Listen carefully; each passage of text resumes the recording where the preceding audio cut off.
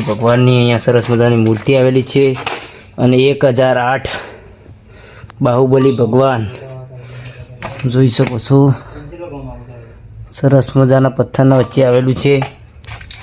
અને મિત્રો વાતાવરણ એવું છે, પથ્થરની અંદર ખીણો, એટલે ઘણાને એવું કહેવું છે કે વાઘ ચિત્તા એવું બધું આવતું હોય છે, એટલે બહુ ધ્યાન રાખવું પડે. અહીંયા પણ જોઈ શકો છો બાહુબલી ભગવાનની 8મી મૂર્તિ અહીંયા આવેલી છે અને 9મી મૂર્તિ ત્યાં આવેલી છે. તો આપણે સિદ્ધશિલાના દર્શન કરવાના છે.